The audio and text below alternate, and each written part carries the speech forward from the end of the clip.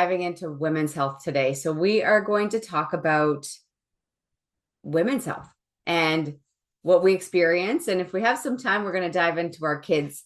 But why don't we talk a little bit about, the female cycle and what you see around the whole iron issues that women feel that they deal with on a monthly basis.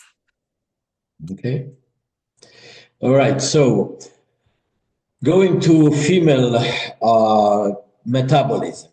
So obviously everybody knows different, and the requirements of blood reproduction, red blood cells concentration, iron concentration are a little different than women and than men. Okay.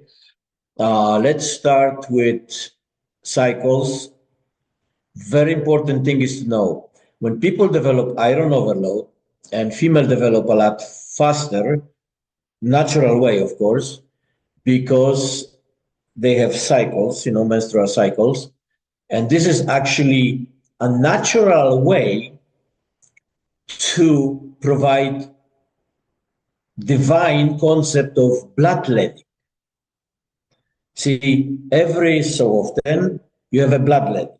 And one of the main things about, cycle is to release buildup of iron, because our body knows when the iron is overloaded, it creates the most dangerous environment for the baby to be conceived, because iron and a lot of factors with iron could be actually very important in infertility, and they cause infertility, as well as any type of neurological problems for the baby after the conception and throughout the pregnancy.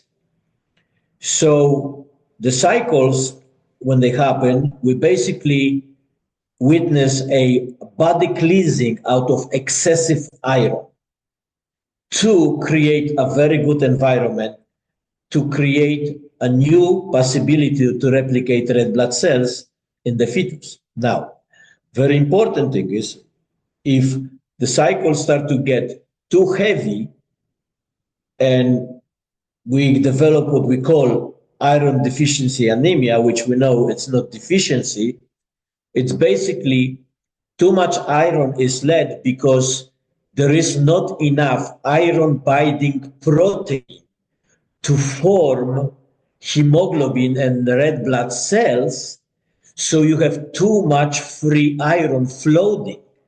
So that's what the cycles could be so heavy, because you dumping more than the body is supposed to, but this is the self-defense mechanism, okay? And then the levels were checked are usually hemoglobin. Again, it's a formation of the blood cells, but this doesn't mean that the person's still iron deficient, because most likely it's iron overload somewhere else. And again, it's the deficiency of iron binding amino acids and proteins, which create the formation of hemoglobin. So just a very low intake of proteins, okay, and fats during the cycles and before and after, it creates very hostile environment for women to go through. And actually, every time it's happened more and more and more. Now, for instance, one of the iron overload, when women start to develop, it's correlated to polycystic ovarian syndrome, as well endometriosis. Endometriosis has been known, it's caused by hemochromatosis. Okay, so which means you already have not just iron overload, but you have a hemochromatosis, which in a lot of cases becomes very dangerous for a woman. And then, of course, that completely stops them from conceiving a baby. From latest statistic, just telling you, in United States, at the moment, this last year, 2024, was around 7.5 million women which means you have a 7.5 million women with hemochromatosis already. Okay? Now, what happened later in life, when women stop, they go through menopause, coincidentally, menopause happened at the time when most of the women become insulin resistant and turn diabetic eventually. So you have two factors. First, you're not feeding the organs properly because you don't have red blood cells and hemoglobin. You don't have enough amino acids, proteins, and fats to support hormonal reproduction, and you're going to the natural way of degradation of certain hormones due strictly to menopause. So because they happen at the same time, everybody blames menopause, but if you check most of the women, they will be actually insulin resistant and a lot of them diabetic. And statistically, anybody who that age is insulin resistant, by age of 65 to 70% of those women will be diagnosed with diabetes type 2 mellitus. So it's just happened at the same time. Secondarily, menopause required to support the hormonal secretion. Well, we know that most of the women, unfortunately, they avoid fat, a good fat. Well, fat is necessary to create hormones. If you don't have a protein, which is the matrix of every hormone, and fat is part of lipoprotein, which creates hormone, how are you going to create hormones when you don't have the material to build them?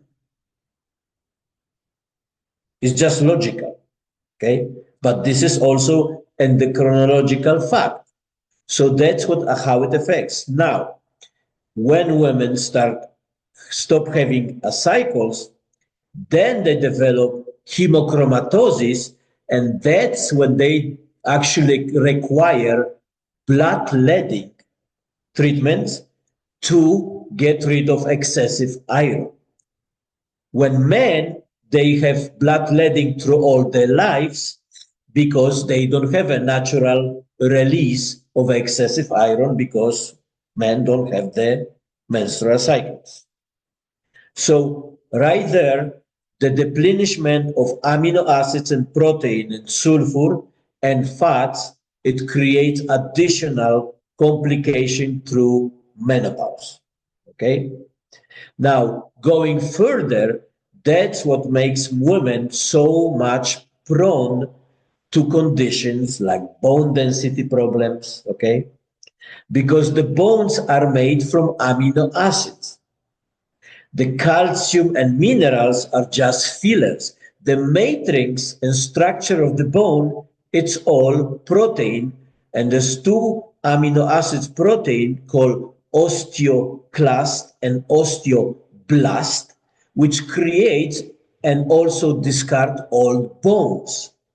So when the osteoclast is the first protein which removes the old bone to be replaced, like every cell in the body, we constantly rebuild and replace, they lacking that protein. And then the second protein is called osteoblast, which replaces the old bone. There is not enough to create a new bone. And it's called osteopenia or osteoporosis. So strictly, again, amino acids, sulfur bonded protein deficiency, and the fats. At the same time, when I mention about bile dysfunction, they already have fatty liver and bile dysfunction secretion. So on the top of the lack of protein and fats, the bile is not emulsify vitamin A, K, D, okay, and E. Vitamin K and D, it's called, as a common language, calcifying minerals. They are involved in bone hardening.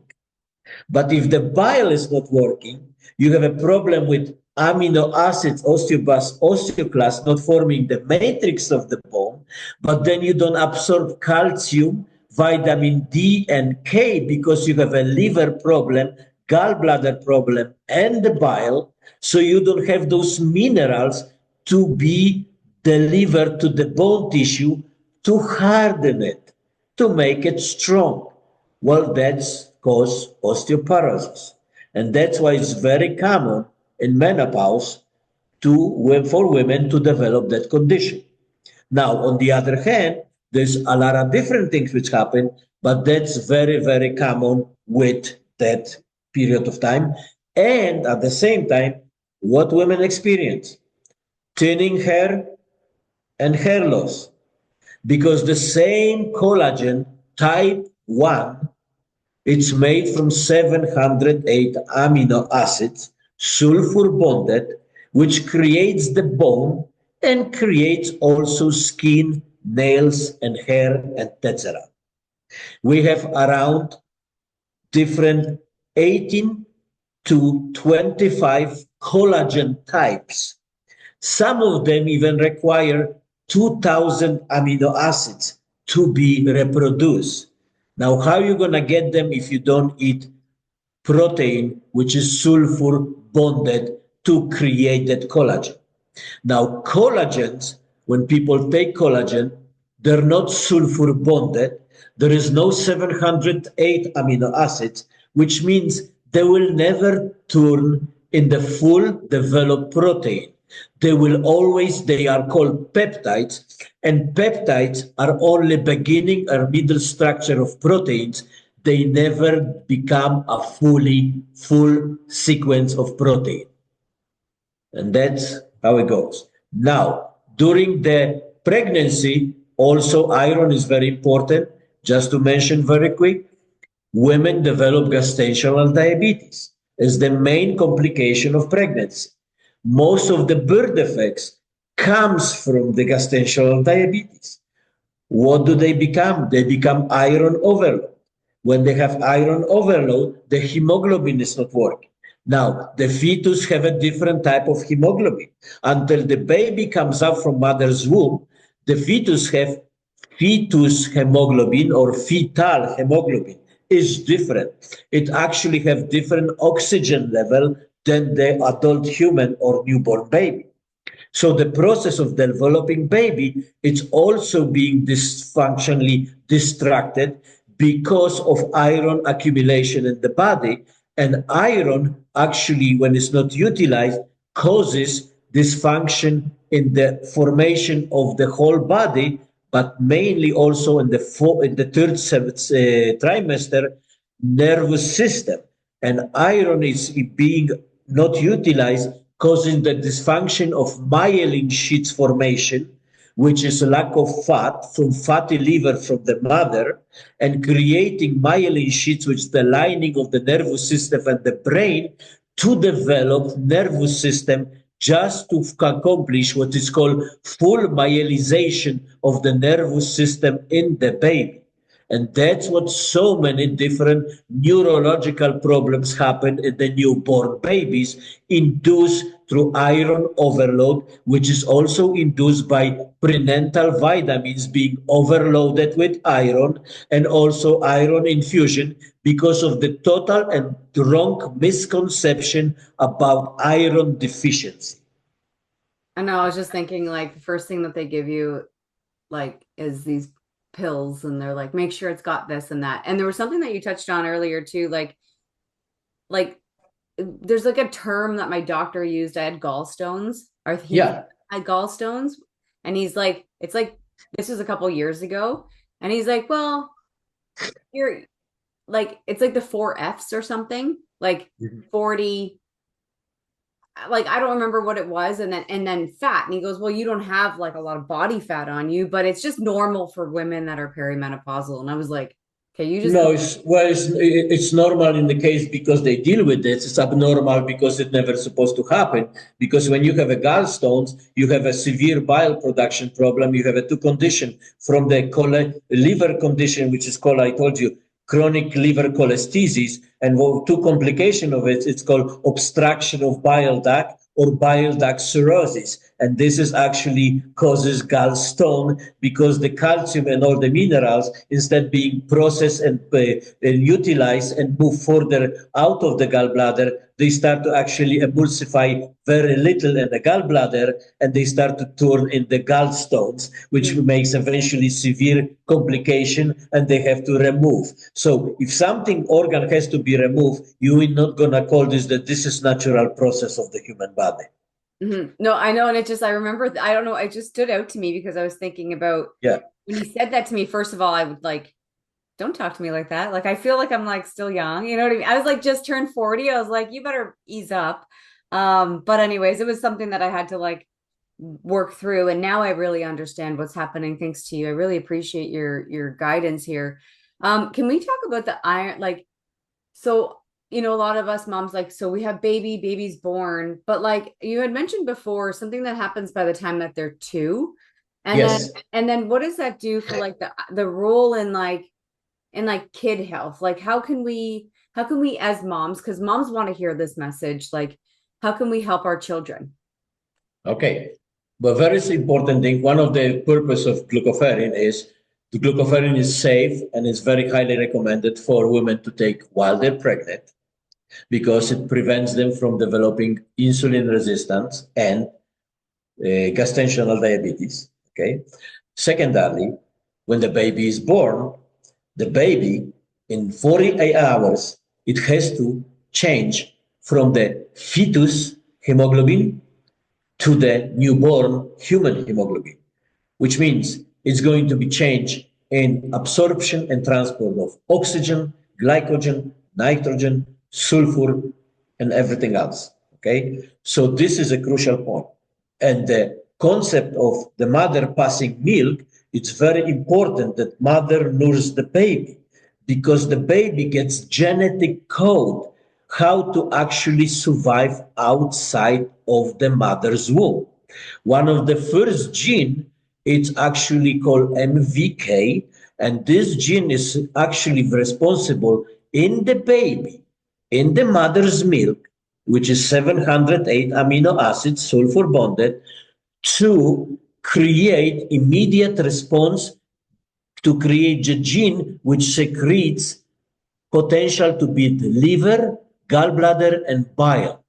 Bile is essential with cholesterol to build immediately strong bones, muscle, and tissue so the newborn can survive outside of the mother's womb without then endangering its own life, which means that gene has to create bile and cholesterol basically ASAP to make a baby grow bones and muscle and all the supporting tissue to support the organs from being damaged. So this is very important. Secondly, the red blood cells need to have a code, an iron binding protein and sequestering protein and chelating protein. So the baby start to develop liver and they learns how to deal with pathogens and environment hazard like metals, heavy metals, any type of, iron overload by production of its own glutathione. We have to produce our own. So that's another form that the baby creates glutathione to protect itself, and it's getting involved in protection from the pathogens, okay? So once the baby is born, then it has 48 hours to change this to be exposed to the pathogens and start to react with these antibodies and protection to the further life. And this has happened every 2-3 months. So actually the first 3 months, 6 months, 9 months, up to 30 years of the life of the baby have to develop a perfect system to actually be able to fight every type of pathogen or environmental hazard which will encounter in life. Without mother's milk, it cannot do this because there is no genetic code. And if you have baby formulas, they do not have a genetic code because we all come from the same gene from the parents. And at the same time, these codes will actually create the perfect replication of the genes in our body to create sustainable environment for the baby to withstand every type of problem which can occur after the birth. And iron is could be very big obstacle because when the baby is already raised and develop in the environment high in iron, already has compromised nervous system, immune system, red blood cell system. And when it comes from the mother, it's already severely compromised. Already most of the children are born with iron overload. And we know also that also hemochromatosis, it's very common, pass in the HFE gene, which is the gene which passes hemochromatosis. And we also know that, for instance, type 1 diabetes, juvenile diabetes, it's actually part of the genetically passed hemochromatosis and also other different conditions. So if the mother have the hemochromatosis, most likely the child's gonna have it, or if it doesn't have it, if it's gonna be environment raised by the high iron intake, like fortified food or baby's formulas, it will develop weakness in that particular gene, which makes him susceptible for any further complication and further life. So it's very important to nurse the mother, the baby with the mother's milk. At the same time, when you provide glucoferrin, if the mother's milk is not potent enough because she doesn't have source of the food to make it potent, it supports the mother's milk and the baby to the smooth transition and continuously to make the baby as a strong and said, mentally and physically fit. And that's why then when the babies develop all kinds of different problems at a young age, they strictly iron overload and they have no glutathione secretion in their body, and they basically have no strength to withstand any environmental risk of getting sick or anyway, get compromised for future life. And that doesn't happen first, usually 3 years, and then it just goes every year getting worse. The reason is also food fortification with iron. It has to stop. So And I yeah, could just summarize that. yeah. So avoid iron for your children, avoid iron fortified formulas, avoid iron fortified foods, iron fortified baby cereals. Prenatal vitamins have non-heme iron. These are all contributing to iron overload and setting the baby up for, you know, a tough time, many metabolic abnormalities. And what about the moms that actually don't produce the milk? Well, Like that's another thing. Yeah, yeah. it's a very real thing, or like baby doesn't latch, or like baby's tongue tied. Like some of these things are very traumatic and very. Well, when you mention tongue tied, right? Tongue tied actually is one of the side effects of hemochromatosis. Hmm, It's a proven fact actually. wow. Tongue tied. That's hemochromatosis already. And so, like, what would we say if to the mom that didn't produce the milk? Like, what is the option? And like, okay, another question too, like, how do we get glucoferrin into a baby? It's very easy. You open the capsule, you put the powder. Yeah, I mean, that's how I give it to my kids. I'm like, just Yeah, down the hatch. yeah. So if the mother, let's say, if the mother use any formula or any milk, whatever she choose to use it, you just open the capsule and you put in there, and that's what makes actually the best quality mother's milk you can ever get. Hmm. So, and the mother also, it's very important for the mother to take it. The reason is, you see, the iron overload, it's also one of the reason of postpartum depression Mm, because they're so depleted and the iron overload. So postpartum depression is one of the side effects of that too. And how many women go to postpartum depression? Lots of them. yeah. I was a nurse. Remember, I have a nursing medical degree. I work in hospital and I actually with delivering babies, and I've seen how many women get postpartum depression. Yes. So many. And it's a very real thing. So, okay. I'm trying to think if there's any other questions that I know moms are gonna ask. I don't know, Christy, is anything coming to you? No, not really. I just want to reiterate that, most of us think we're doing a good thing. We're giving these iron fortified baby formulas and cereals. And then on top of it, we're adding vitamin C that helps non-heme absorption and Flintstone vitamins or whatever. We just really need to focus on feeding our children the best that we can with proper human diet, if I could borrow that from Ken Berry. But as much as healthy meats and fats that we can get, minimize processed foods. And I think you're going to be setting them up for success.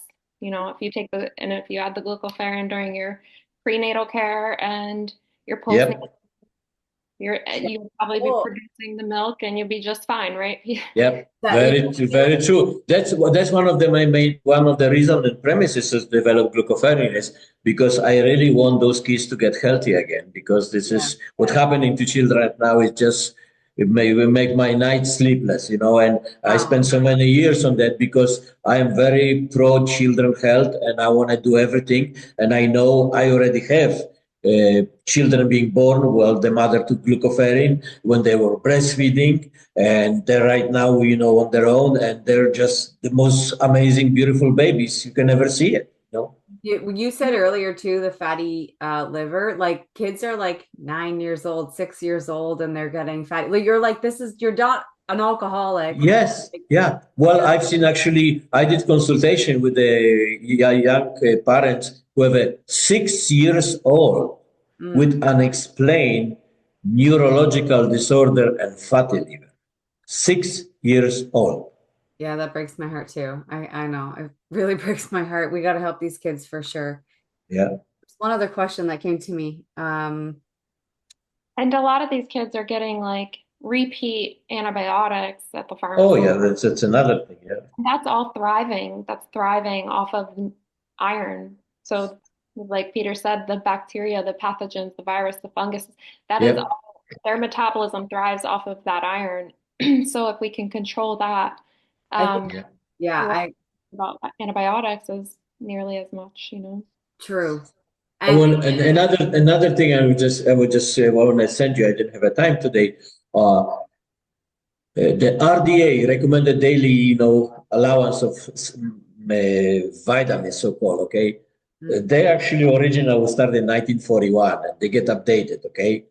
But if you look the amounts, how they are updated and all the fortification, how it's based on RDA and everything, it's absolutely saying makes no sense is a actually very light version, what you would like to actually call it, because there is no science of proving of iron fortification, synthetic iron fortification, niacin fortification, folic acid fortification, considering what the food is right now changed, how it's chemically altered, how people, the size of the people. So the RDA as a general guidelines of food and food fortification, it should be basically non-existent, because there is not one person from that organization who will prove this one scientific point of their guidelines. I mm. mean, none. Well, okay. That's really interesting. And I do have one last question because you said something to us earlier about, like, I think it's good for moms to hear this, like, again, if they haven't heard before. When we're looking at labels and it says, do not take if you're pregnant, Right there. right? Like, Walk away. yeah. And Yeah. and the glucopharic is safe. It's actually recommended for mothers. We recommend. All right, moms, I want to hear from you today. So shoot questions my way, shoot questions all of our ways. Like, thank you so much for being Yeah. here yet again. And let's continue to get moms to hear this message, because moms, we are innately made to nurture and take care of our children, and it's up to us to really like make sure we do that. So let's make a slogan. Make our children healthy again. Amen, brother. Let's do it.